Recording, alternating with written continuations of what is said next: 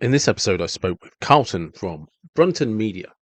And one of the things Carlton and I got into is a subject which fascinates both of us. What stops people stepping out of their comfort zone?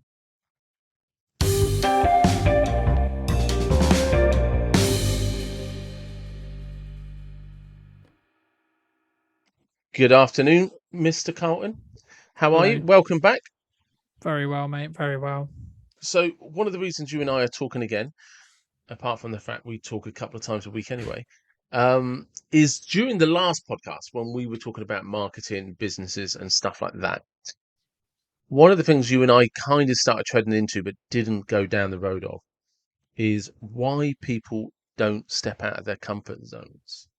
Mm. And there's possibly many reasons for this, but from a business perspective, you are somebody that experiences this a lot, especially when you're actually, trying to help people grow their businesses, trying to help them understand whether people like it or not, business is moving towards the internet, moving towards social media.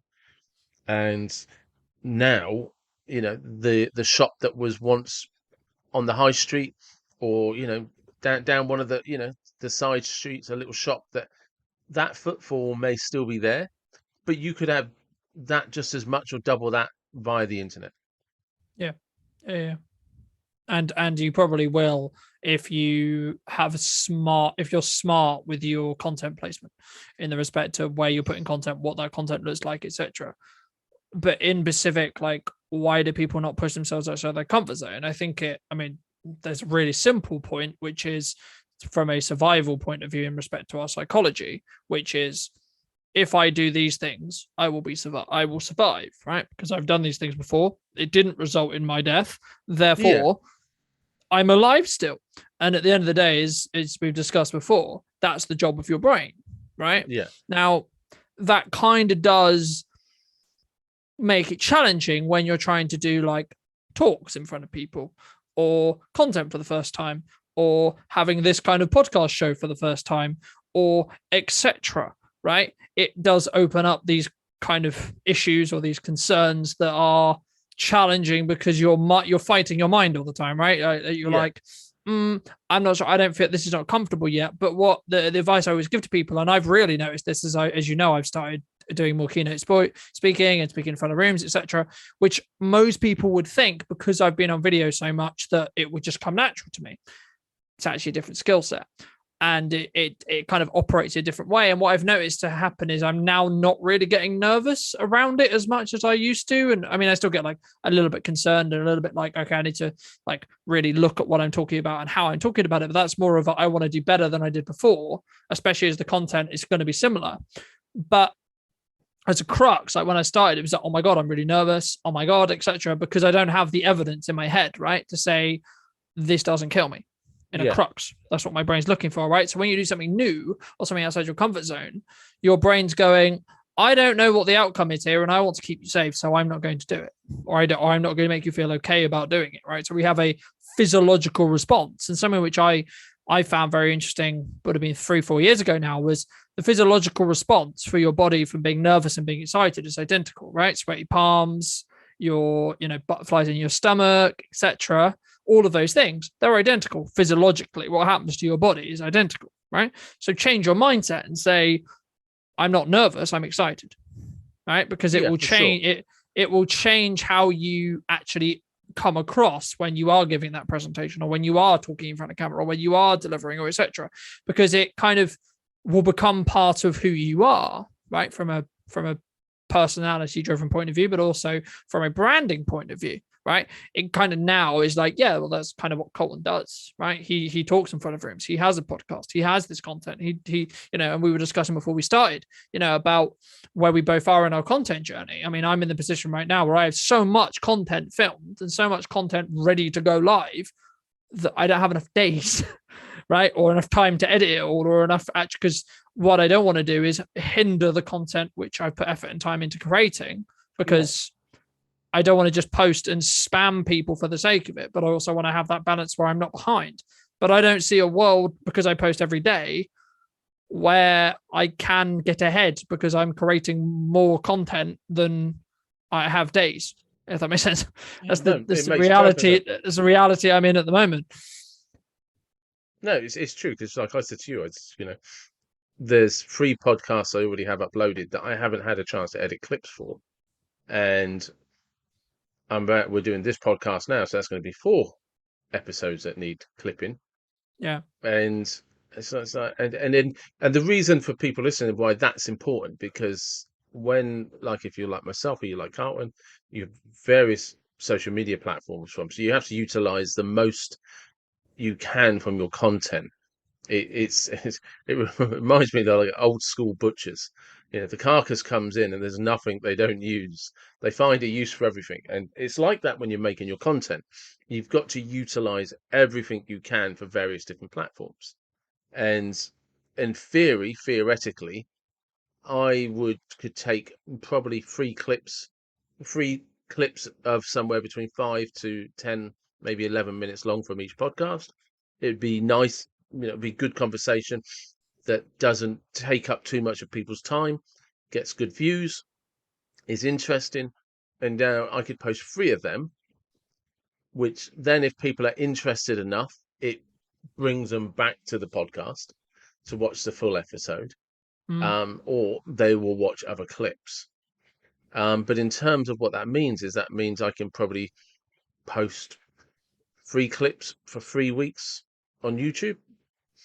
With yours included, that would be 3 posts for 4 weeks. Or I could just maybe post up twice a week and extend it, and get this kind of because it's very useful, especially with things like Facebook and YouTube, where you can get content that can just be um uploaded in a day and scheduled, so you can start building up something 6 to 8 weeks ahead.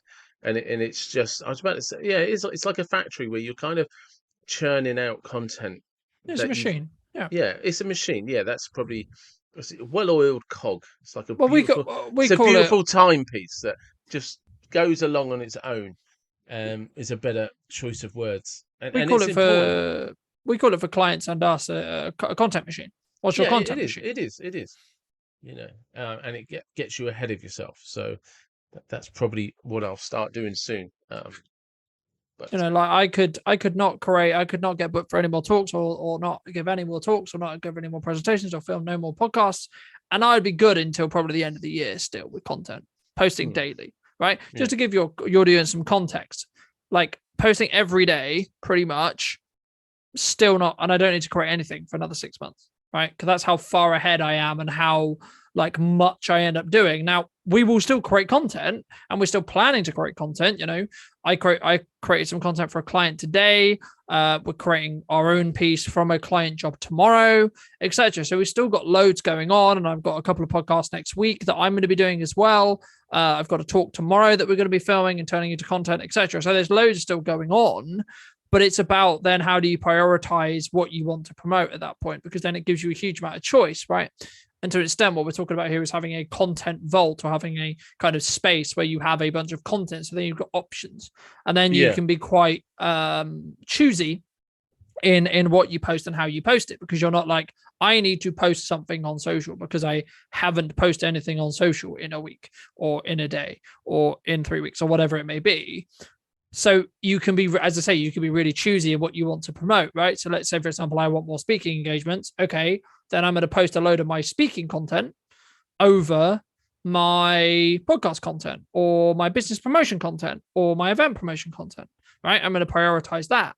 But maybe if I actually don't need more of that at the moment, or maybe I'm not looking for podcast guests at the moment, then I won't necessarily need to post what those things, right? Because in most cases, whatever you market or whatever you put out there, you're going to get more of, right? So yeah, this is a piece of advice I give to a lot of people when they're looking to create anything as a filmmaker. They're like, what do I do? How do I get business, etc.? And I'm like, well, find something that you would do for free, create loads of it, and then you can give someone a real vision of, we just had it at an event we went to on Wednesday, right? I went down just to create a piece because I was there anyway, and I was like, sure, why not? And I heard from the organizer that they really enjoyed the video that I made, and potentially we might be working with them. Moving Yeah. forward from there, we might be in a position where actually we might get hired to do some work with them. I think it's about leveraging those opportunities that you may have to create content, right? Yeah. Or at minimum, creating that piece of content and then like pushing it a little bit more to become more content from itself, such as the clip method, which you discussed. One of the things, because you were talking about the difference between realizing the difference between your, was it you said, between anxiety and confidence, anxiety and nervousness. Yeah. Or excitement. Or it'd be excited and nervous. Yeah. The physiological response. Yeah. Yeah. So what how do you know when you need to step outside your comfort zone? What signs are there for you?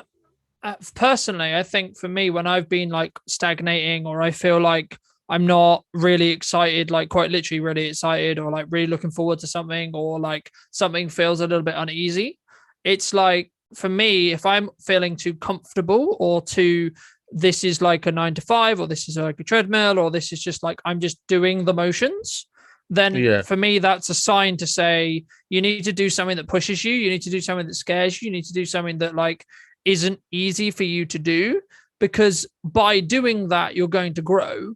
And then you can do whatever those, because then you're not just doing the methods for the sake of it. At that point, you're then doing the methods to push yourself closer to the goal, the objective, whatever that may be. Yeah. Right. And, I'll use the example of talking in front of rooms. We had this conversation in January about, I want to be a keynote speaker. I want to do talks about what I do. And I was like, well, when am I going to take myself seriously? Right. The second I said, this is actually what I'm going to do, and I'm going to take this seriously this year, then opportunities started to arise. And now, without blowing my own trumpet, I'm inundated with opportunities, and I can be a bit more picky and choosy with the ones I take now, because I'm going out my way to constantly look for those opportunities. And actually, on average, I'm just saying yes to most of them, because I just want to gain as much experience in talking in front of a room where I'm perceived as the expert as much as possible, right? Because by training that skill, I'm going to get better at it. So, but how do you identify where, do you ever experience, so this is something I think a lot of people will experience, is some form of resistance or kickback to taking a project on or doing something in their personal life, their private life. And we don't always identify, because unfortunately, I can do a beautiful little placard or meme that demonstrates very colourfully a person in the middle, or their mind, and this is your comfort zone, and this is where it borders. And that border can be a very big boundary that prevents you from crossing over that. That sounds like a good write-up for my website, actually. So, but it's understanding for a lot of people, because a lot of people don't realise they're pushing back against things because it's on their comfort zone, and that boundary is in their way. So one of the things that's key is to identify where that boundary is. So how do you identify and be articulate about this? Because I'm going to use it on a website, and I'm jotting down ideas as we speak. Is how do you identify where your boundaries are, the boundaries of that comfort zone, and how you then push through it? I think, there's two ways I can answer this. I'll answer it quickly, but for me, I firstly ask, where do I want to be in a period of time? Might be 6 months, might be a year, might be a week, might be a month. And then I say, okay, well, what are the characteristics? What is the lifestyle? What is the thing that person, that entity, that person, that version of Carlton, what does he do, right? What does he do on a daily basis? What is he invited to? How does he work, right? And what I'm looking to do is trying to gauge what is the difference between me and that person, right? Like what the things that I'm not doing now that for me to be that person I need to do. And the crux of like how do you know is by doing a load of stuff and find out how you feel about and be honest with yourself about how you feel when you do all of those things, right? So me filming a video, okay, this feels quite normal, right? Doesn't really feel like it's a challenge, right? Me talking to you on this podcast, okay, feels quite normal. Doesn't really feel like a big challenge, right? So I would say these are not outside my comfort zone, right? Me doing a skydive, okay, different conversation now, right? I'm like, okay, what? I haven't done a skydive before, right? So okay, this is a is good this sign. like when you do burpees? Well, for the first time, yes, because I hadn't done them, right? Yes. So you're learning how to be discomfortable or being uncomfortable in what you're doing, right? It's like, oh, I felt, or I'll use a really general I one. enjoyed that one, by the way. I'm sure you did, right? And I use the general one for the audience sake. Like when you start at the gym, right? You and I had this when I started back at the gym. I was like, I'm going to work out. Okay. Can I just interject? Sorry, just very quickly. For the Go for people that don't understand, that's a little bit of a private inside joke. I've been supporting Carlton with some gym workouts, and he doesn't very much appreciate them. No. And he often sends me very unkind messages. Lovely messages. Lovely Unkind messages. However, Carlton is exceeding and is doing excellent and has become very articulate at the unpleasant messages. Yes. Some of them are just one word. Yes. Yes. And they are wonderful. And the point I was making about gym in general is like you push to this point of doing this exercise, and I'll use Simon as an example, where he stated on when he was on stage, and he was referring to like when you go to the gym, right? It's the same when you brush your teeth, etc. Like you go to the gym, you work out for 20 minutes, nothing changes. Okay, you do the same thing the following day, right? You do the same thing, nothing changes, right? But there is a point through the consistency where things start to change. Okay. But that's the point. The consistency is the point. And the people who, are struggling with their comfort zone or they're struggling to push themselves, I really want to do X, but it's outside my comfort zone. I don't know how to deal with it. Go a little bit further out, one day at a time, then come back, then go a little bit further out, so on, and keep pushing those boundaries and keep doing those things and say yes to those things even when they don't feel comfortable, right? It's the same with compounding. It's the same with anything. We're talking about a compounding effect here, right? So brushing your teeth is a compounding effect. Working out is a compounding effect. Building a business is a compounding effect, right? So you can be in this position where you're 1% improvement. Like every day I go, what else could I have done today to move in the direction I want to move, right? So whether that's with business or personal or whatever. And as long as I've moved 1% forward, I know that I'm moving in the correct direction, because I'll use the quote I keep using all the time at the moment, which is really great, is 1% improvement every day. At the end of the year, you'll be 37 times better than you were before, right? Now, that's very well and good me sit here saying you need to do 1% improvement, because there's going to get to a point where you don't necessarily know what that improvement is. What is that 1%, right? Is that one more rep? Is that one more phone call? Is that one more email? Now, they're the easy ones, right? But sometimes it's like, maybe it's an uncomfortable purchase, right? So in a course, like you've just come off the back of a course, right? Like literally like yesterday, right? Arguably to some people that would have been an uncomfortable purchase, right? Or having an intensive course over a weekend.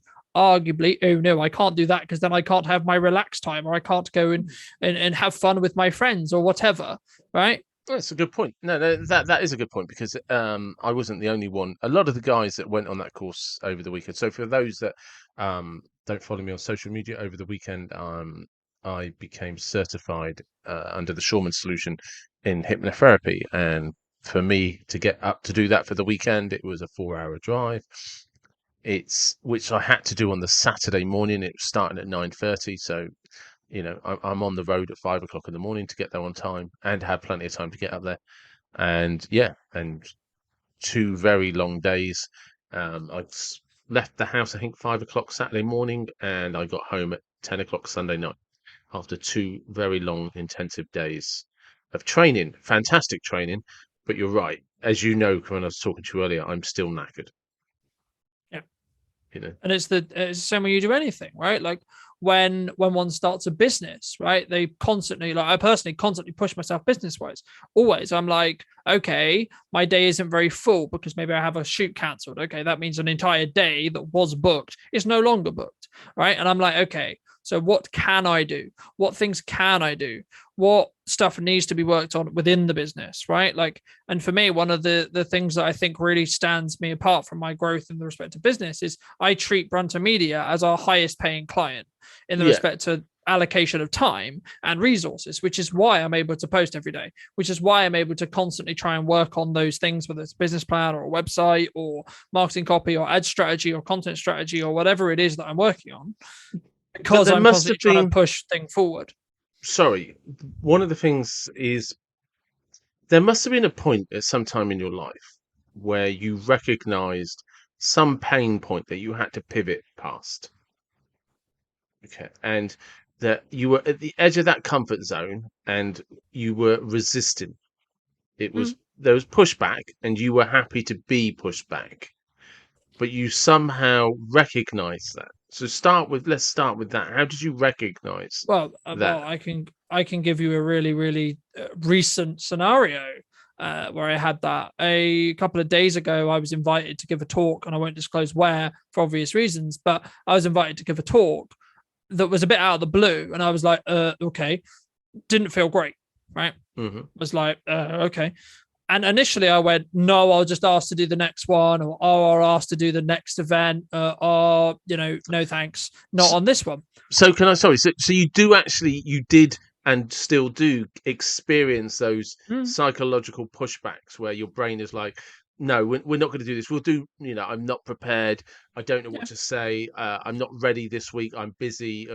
So when you feel those, or when those are actually happening, how do you like? Yeah. How do you recognize them for what they are, Mm, and mm. then how do you process and move forward past that? I mean, personally, I asked myself, what is the opportunity cost of me not doing whatever this activity is? And also, then followed by quickly afterwards, am I really taking what I'm saying seriously? I'll use the So example of talking, right? So sorry, I don't mean to keep talking over you, but you said Mm. something that was very interesting to me there. Is so what is the opportunity missed for not doing this? So, what's the So in other opportunity words, cost? it's So, what's the cost. opportunity cost? What's the So cost so of if not doing it? so because you're not being paid for these talks all of the time, only some of the time. Mm. Um, so when that happens, you effectively kind of chuck in an incentive, i.e., if I don't do this, there's missed business opportunity, there's missed expansion. So you are kind of, it's almost like a pros and cons list is too simple, but it's Mm. there are you put a lot of emphasis on the long-term incentives and benefits to doing it to get over the short-term comfort. To ask myself, well, why did I want to do X and Y, and am I taking myself seriously when I say I want to be a speaker? Am I actually a speaker, or am I someone who says I want to be a speaker? Because a speaker, when they're given a speaking opportunity, if it's a valuable opportunity to them, they would say yes, no matter how uncomfortable that may feel, right? Still doesn't still don't the idea of speaking in front of a room, especially in front of a room which I haven't built enough rapport with the businesses Yeah. properly yet, is one that's challenging. But I'm like, okay, there's a clear opportunity here, and there's an opportunity that I can seize to move the business forward in a direction, or build my credibility, or etc., or move things forward in the direction that I feel is valuable. So let's do it. This is a way to do it. Now, it's going to eventually feel comfortable once you do that enough, because your brain is going to realize he's going to do it anyway. I think it was David Goggins that said, once you like lose control of your mind, that's it, game over, right? Because you choose whether you're going to listen to your mind. Your mind's just going to go, hey, by the way, this may be a bad idea. Hey, by the way, this might put us in threat, but you can still say, we're going to do it anyway, right? I use a really simple analogy. I don't want to go to the gym today. I'm still going to go to the gym today, You are going to the gym today, yes. Yes. We've right? established pre podcast. You're going to the gym. It'll be about 10ish. because you like training late now. We've established a very good, healthy pattern. And Carlton, ladies and gentlemen, just to reassure anybody who's worried, Carlton will be going to the gym today and later also sending me an unkind message. So, Yes. but it won't be burpee related because I've changed that workout for him. But the crux there is on days where I don't feel like I'm going, I still go because I want to beat my mind. I want to say I'm in charge of my mind, not the other way around. But there must have been an important time in your life, if you reflect back or think back, where you then recognized something and took a massive leap forward. And that's the pivotal point, because there was that pain point in the past and you kind of looked at it through the lens and stepped forward, went over the barrier, moved through the obstacle.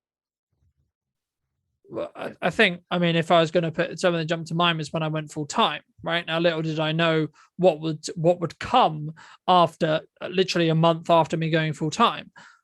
But for me, I was like, when, and it's a constant question I always ask myself is, when are you going to take yourself seriously?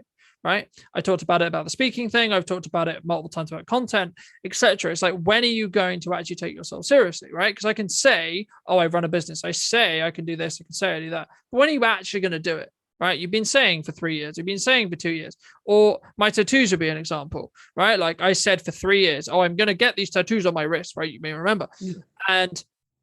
And then I was like, well, actually, when am I going to do it? I've been saying the same with speaking. I've been saying the same with the podcast when I started it. I've been saying the same when I went full-time in business, etc.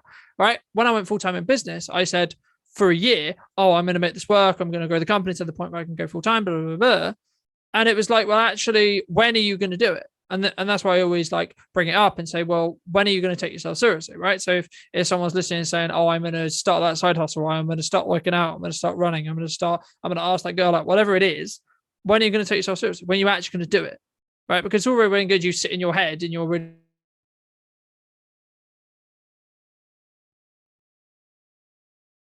step on stage, or you step in front of an audience, or you actually ask that girl and you're waiting for that person to answer you, right?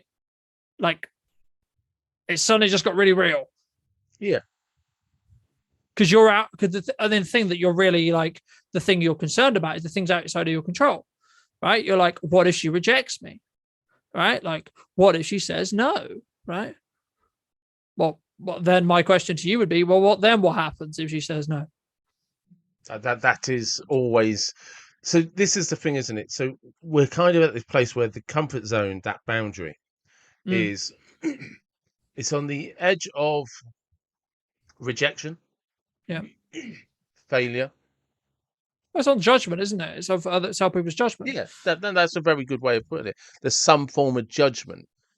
It's like, what if I go and if I make this leap for 6 months, then I fall on my face and have to go and get my old job back? Why would I make the leap? Because I'm going to look like an idiot, and my pride's going to be tarnished. Yeah, for sure.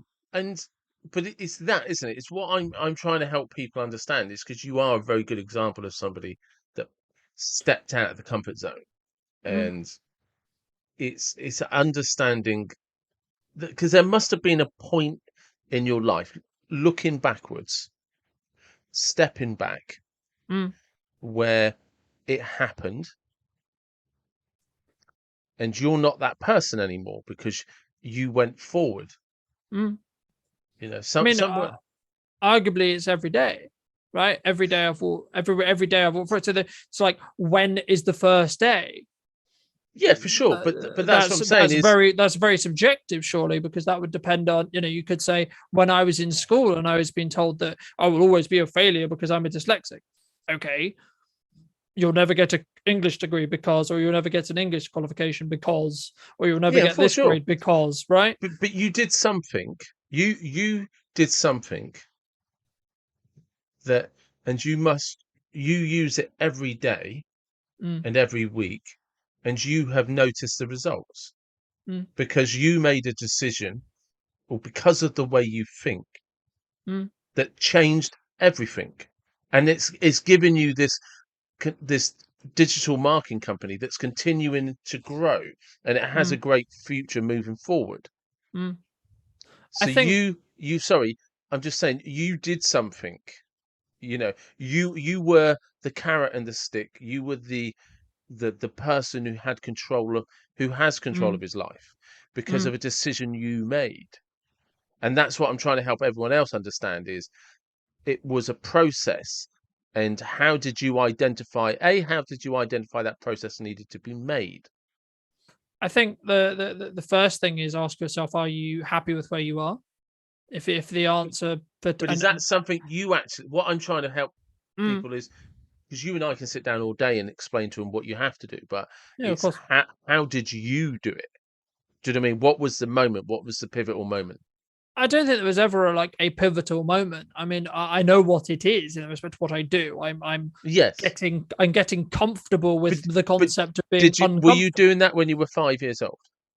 No, So no, of 10 course I years was. old? No. So Again, it's there must be very a point when you reflect backwards, mm, right, where you realise actually at that age or at that scenario when that happened, I think it, yeah. I mean, I think for I me started personally, going this way forward and I mm, started making these choices. And because I made these choices, my life went down this path. mm, Even if I it mean, wasn't the path you're on today, there was a pivotal moment that changed everything for you. I think personally, I think now I sit and think about when was that date. I can't tell you the date and time. I can tell you roughly. It was around the time where I was like, you have that choice where in around year 9 in the UK in school, you're given the opportunity to drop some subjects and then like specialize in other subjects, right? And it was in this principle of like, okay, people have said for me for the last XYZ years that I aren't going to get this. I'm not going to get these grades. I'm not going to be able to do this. I'm not going to be able to be successful. I'm not going to be able to do etc. And I said, no. I said, actually, I am going to do it. And I don't particularly know how I'm going to do it right now, but I'm going to work it out. I'm going to figure it out. I'm going to push through. I'm going to work a way out to get that qualification in English that's now completely meaningless to me, or I'm now going to develop to the point where I can run a business and etc. Or develop enough self confidence where I don't really look for external validation, or I want to take there's been one too many times where I'm not happy with how I am physically looking. Okay, so now I'm going to take and actually properly commit this time to doing a fitness routine. Right now, does that mean every day I want to do it? No, of course not. Does that mean I'm not going to have slips and hurdles and falls, etc.? Sometimes quite literally, but also mentally to be like, no, maybe this isn't for me, etc. But you just have to keep going, right? It's the same in anything. It's the same with business. And I think eventually you'll develop this mindset or this resolve, which is like, actually, nothing is stopping me outside of me. And, that's why I'm very cautious and very careful with who I let in my life, because for me, there's a lot of negativity going on in the world now. There was a lot of negativity going on 15 years ago, 20 years ago, whatever. And for me, I'm like, unless you're going to like help me keep my mindset like focused on where I'm trying to go or being positive or moving things forward, etc., then I don't really want you in my life. It's nothing personal. It's just like I don't want that energy around me.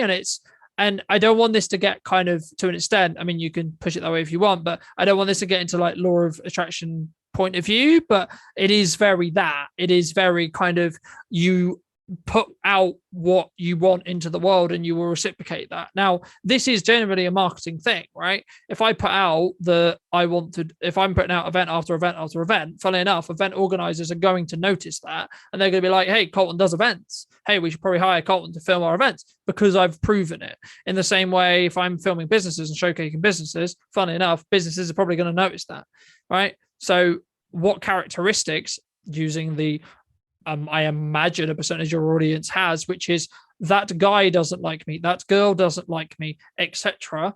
Which you'll find you'll really enjoy the fact that I'm talking about this, and it's about okay, well, what characteristics do you want that person to have, right? It's not like, oh, who could I attract or who can I attract? Well, firstly, what are you doing to be attractive, right? Number one. Number two, what do you want to be reciprocated in that attractiveness, right? Yeah, Is it it's they have X, Y, and Z characteristic, right? Now, I'm not saying that, and you shouldn't, by the way, just look at surface level, right? Surface level has its approach, and there is benefits and stuff to surface level. You also need to look deeper on who that person is as a person as well, especially if you're looking to build a committed well, relationship. some key things there, and you're spot on in many of them. One of the things that's difficult for anybody is you can't help what you find attractive, right? So this idea, and it does, some people can do it, but for the most part, if you're going to be interested in somebody, it's on a level of attraction, Mm, right? Now, you also then can get, depending, there's a difference between lust and 12 months down the line. And mm, and that's where, rather than have things in common, you want to have shared values. yeah. So you kind of both want to have the same sort of value around how you use money. Do you Mm-hmm. save up for things, or do you both just spend money frivolously? Didn't do too well at pronouncing that. But because if you're both frivolous with money, it's fine. But if one of you wants to save and build, and the other one Mm, wants to spend and waste, you're going to constantly be at loggerheads with each other. So key things like that, um, are important. mm, They are great foundation stones to build on. More than we both like rap music, we both like drum and bass, we both mm. like Love Island, in which case you should both drop off the earth anyway.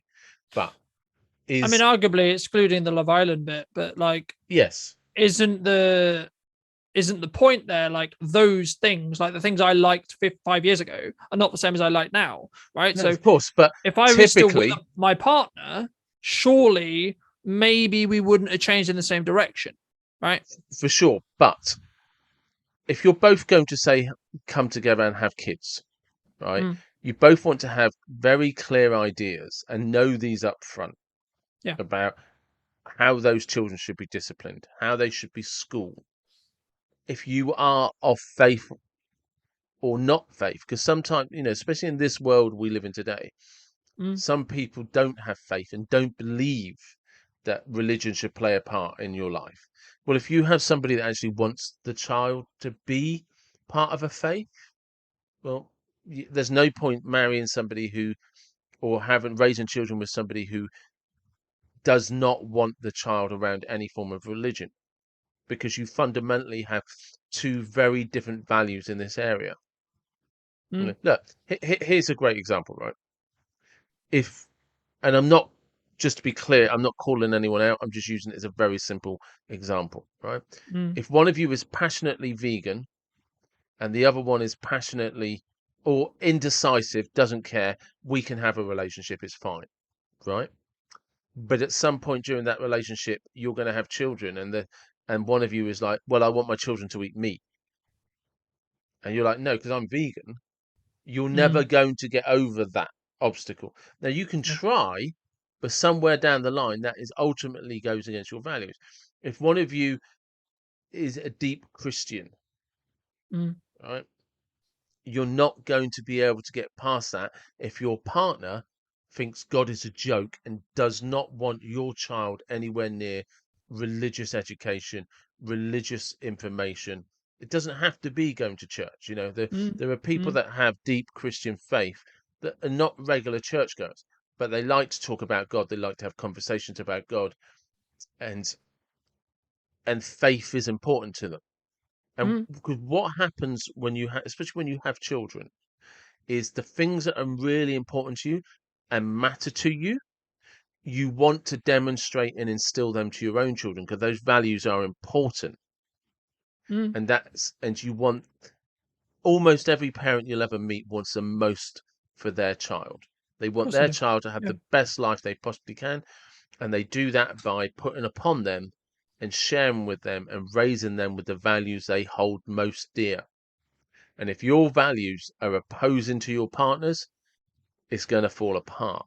Yeah. Even though it doesn't matter that you both like certain programs, you both like music, you both like going for hikes, you both like, ultimately, it's going to fall apart. And when it comes to relationships, that's one point. The thing that I'm very strong about, as you know, is is one of the things that people really, and we've all been guilty of this, is do not lose yourself in a relationship to somebody else. Mm. You need to be somebody that is doing something first. And don't, I was about to say I especially attribute this to men, but I don't mean it to be like that. I don't mean it to sound like that. But too often I keep hearing people say, well, what does she bring to the table?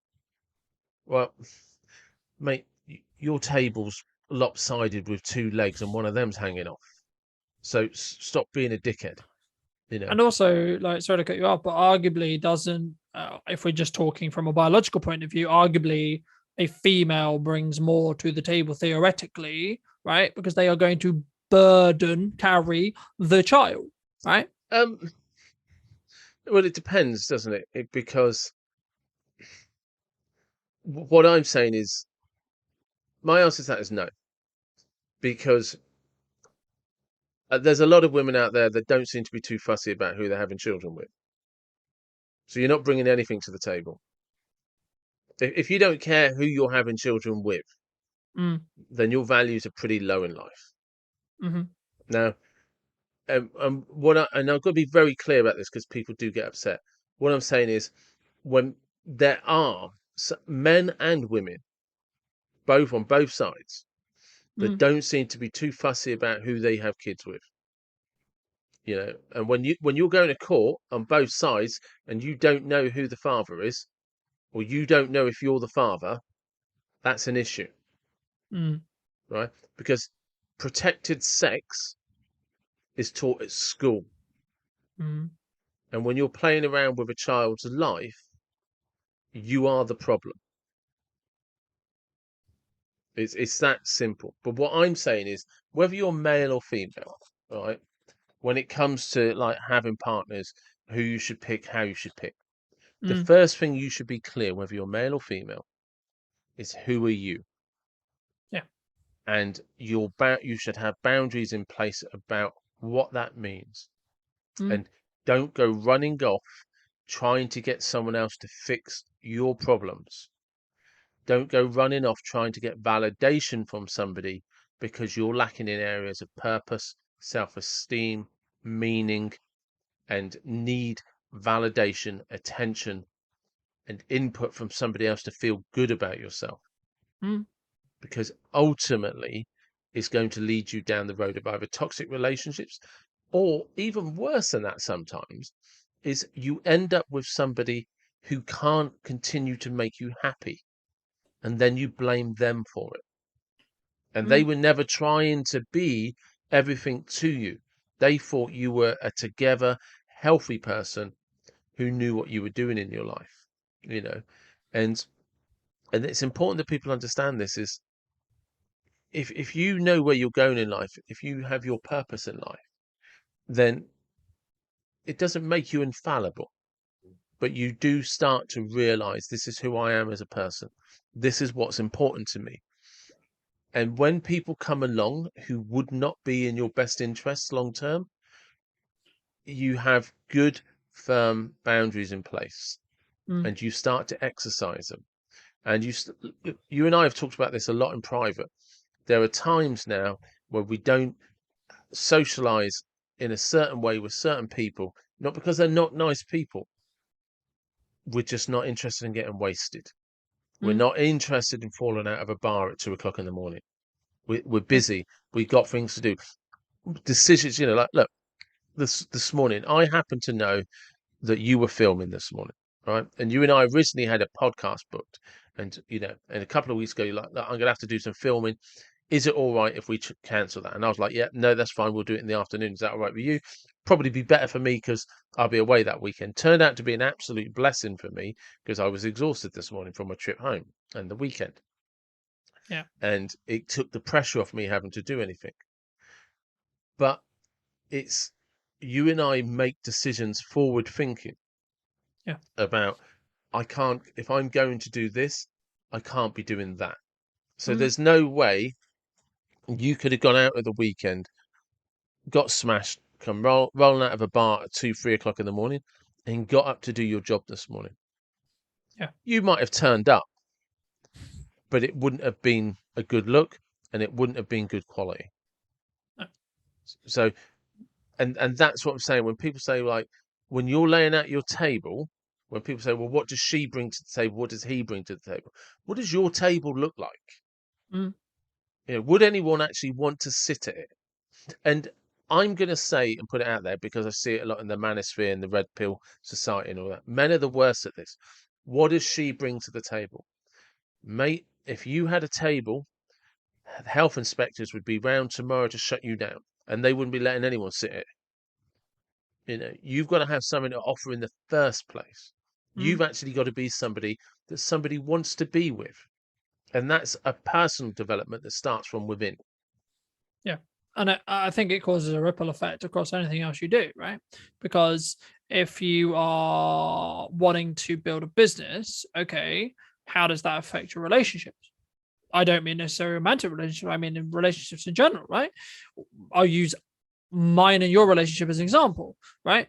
We both know that we both have a lot of stuff that we're doing all at the same time, right? Yep. I got this going on, I got this going on, I got this going on. So when something like today happens, where I had committed to saying, yes, let's do the next podcast, let's do it here and then, I'm like, hey, look, I know we said they'd do this, but this thing's come up. When can we next do it? Right? Because what I'm doing is I'm instantly saying, I'm still holding to my word, but this is now being a complication because of when we're talking about it, right? And I think that's the difference. I think if you say and you're going to do something, like if I give my word to someone that something will happen or I will do something, then I'm going to do that, right? And it's like, what does your word actually mean, right? If you say, oh, yeah, it happens, and yeah, I give you my word, and then that doesn't actually mean anything because you never do it, or it doesn't happen, or you're late, or etc., right? Now, I'm not saying that everyone's perfect. We've just given you a very clear example of how we're not perfect and things happen in life, right?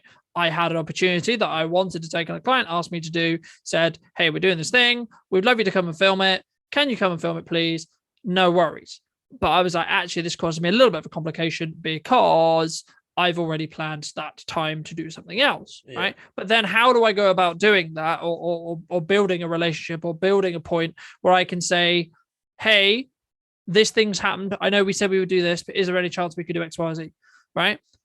And am I giving enough notice? Right. Because I could have rung you like on Friday and gone, hey, even though I had known it was there for a week and a half, I could have gone, hey, the podcast on Monday can't happen because X, Y, Z.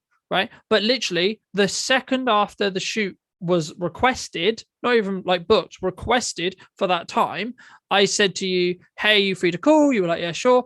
Jumped on a call, sorted it out, right? Because that's a level of respect for time, right? Now, my question to the audience is, how many people in your life would do the same thing to you? Yeah, yeah, yeah. No, it's true. And you and I were talking about this. I think it was Wednesday when we went to the Incubi Hive opening Yeah, at Wilton. Good luck to them. We yeah. hope it all works out. For anybody that's looking for some flexible office space to rent. They're not promoting this, by the way. It's just Carlton and I were actually there the other day talking about this. Yeah, it's the people that you sometimes have to let go in your life. It's you Mm, just have to say for no reason. I need to be very clear about this. We're not saying people they're not nice people. They're very nice people. mm, But you're just going in different directions. And you and I were talking about the fact of the amount of people that actually don't know what we're doing in our lives. mm, You and I work side by side a lot. We work very closely together, and we chat frequently during the week. And I think it was me that said to you that you knew more about what I was doing in my life than some of my closest friends these days. mm, Um, because there's no reason for them to know. They don't need to know. They're not interested in knowing. And I can't. Yeah, we just wouldn't. And vice versa, those friends wouldn't talk to me about what's going on in their work life and stuff like that. It just doesn't happen. Partly because we've been, as I said, you've been knocking around since we were teenagers, so we've always had slightly different lives. But mm, we've become much more selective about who has our time and what that actually that time means, and it's either serving a purpose or it's positive. Mm. You know, I mean, even cutting. if it's just arguably, even if it's just positive, it's still serving a purpose, which is That's what I'm saying. We've become very aware of not allowing people, for want of a better term, sort of energy vampires or people that just suck the life out of you. mm, Is it's just like if people come at us with something negative. You and I were talking about this a couple of weeks ago when um you were going to meet somebody for coffee and they flaked, and then it was just like, no, okay, no, yeah, that it wasn't going in the direction. It wouldn't have been a good meet up. It wouldn't have been good business. Whatever it was, it's just like, no, we've got to, and especially me as a therapist, I have to be very, very mindful of who I allow to have my time, mm, in the sense of how I spend that, or how you spend that time with me, because I can't take on everyone's problems. As mm, in, like, as an actual person, I can be sympathetic and aware of the difficulties you're having, but I can't hold the burden for you. no, of Um, course, and and like you say, so one of the things that you and I have talked about a lot in the last probably 6 months, maybe even longer actually, is that especially when it's personal time, we have to be very careful of who we're giving that personal time to, and where that that kind of they take our mind, mm, because if we get dragged down to them, that then affects what we're trying to achieve later on in the yeah. week. I mean, I think it's I could use many quotes here, but I seem to be using loads today, so I'll use another one. It was Snoop Dogg that said, It was "You Snoop Dogg, can't yeah. pull you can't pull people up, but people can pull you down." Right. So what we're talking about here is the attention. Right. Well, who has your attention? Right. And we've talked about this privately. We talked about this publicly. I think it's one of those things, especially when you look at the Elon Musk of the world, the Jeff Bezos of the world, the insert ridiculously wealthy entrepreneur here name uh, in the world. Who has their attention? Yeah, Who has access to them? Even something simple, who has their phone number? Now, it's very easy to get my phone number. It's very difficult for me to answer you. Now, explain. there's a difference. Now, the logic I follow is very simple. Because I use my phone for work, I want to make the barriers to someone reaching out to me to say, hey, can you help with a project? Or hey, can you film this video? Or hey, can we do a project or whatever? I want to minimize as many barriers as humanly possible. So I leave the gateways to entry wide open. So my phone number's public, email's public, all of those things are public, so that if someone wanted to reach out to me, they can. Yeah, Now, the issues come with that is sometimes you'll get spam. A lot of the time you'll get spam because it's been bot clipped. It's known as bot clipping. So basically just sees an email and goes, oh, I'll take that. And now I'm going to send you a load of rubbish. Right. yeah, Now that's fine. But the same is true with your phone. Right. So it's like, I'll always give people the benefit of the doubt, always pick up the phone. Hey, how are you? Da, da, da. But if I know roughly that you're like, maybe, and it's the same with people who you have in your life, right? Like I won't mention names for obvious reasons here, but like there's certain people in my life who I'm like, hey, yeah, we spoke every day and now we don't speak at all. yeah. And it's like, okay, how do I feel about that? Or is that okay? Right. And it's like, yeah, it's sad. And yeah, it's not great, but that's the reality, right? One of I had a very good friend for a very long time, and unfortunately, we parted ways just because of business and etc. Right? We're still good friends, but we don't work together anymore. And one of the things he told me years ago was people are very loyal to their needs. They're not necessarily very loyal to people, right? Absolutely. And the crux of the point of that is if I'm paying a bill or if I am your source of revenue, then you're probably going to be quite palsy with me, even if you think I'm a prick, right? Because you need the paycheck, Yeah, right? yeah, it's true. And the same with compassion, the same with love, the same with attention, the same with etc. And my question to the audience or to you would be, what, like, who in your life do you potentially like? Have you tried just not messaging people, certain people, not necessarily do it all the time, but have you just tried not messaging someone for a month? No, because See this if is they another thing see if they start a conversation. that comes back to people's comfort zones. People don't always make changes with people that aren't that great to be around, Mm, and make decisions around those people, when it's not that healthy, and you're just like, because again, it's any habit that needs change also means pushing back against your comfort zone. Hmm. Because especially socially, we're tribal creatures, right? Indeed, yeah. So our brain is going to be like, hey, if I get ostracized or I only have like one person that likes me, I'm dead, right? In tribal times, you'd be dead. So your brain hasn't really adapted and changed to that. So it's like, yeah, that's where the sheep mentality comes in. That's why most people just do what the status quo wants them to do, because Well, God forbid, the percentage of the population wouldn't like them. it is peer pressure in a nutshell. That's how peer Yeah, pressure works. If we all yeah, fit in, if we all agree, everybody's happy. yeah. And Because you'll survive. and otherwise the mob comes after you, and you're going to be dead. And it's it is difficult to be different, right? It's difficult to say no to things. It's difficult. We can look at it when you can take anything, abuse, verbal, sexual, racial, whatever is taken in the workplace. Takes more energy, more effort, more conscious effort, and it needs to really rile you up to stand up for someone else than be quiet. Because what if that Yeah, person then starts abusing me, right? indeed. Yeah, that's exactly it. So again, I mean, we're back to how do you identify this sometimes and push back so that, or actually, what are the benefits of getting past your comfort zone? What's been the benefit for you? Whenever you were a kid and you imagined that you had this dream or you had this ambition or you had this perfect life in your mind, that's the thing you achieve. That's it. The dream and the life and everything I wanted 2 years ago, Yeah, I have right now. I'm living it day to day. Simple as that. Like, that's all I can say, because that is the reality, right? That is what has happened because I pushed myself repeatedly and because I'm constantly pushing myself.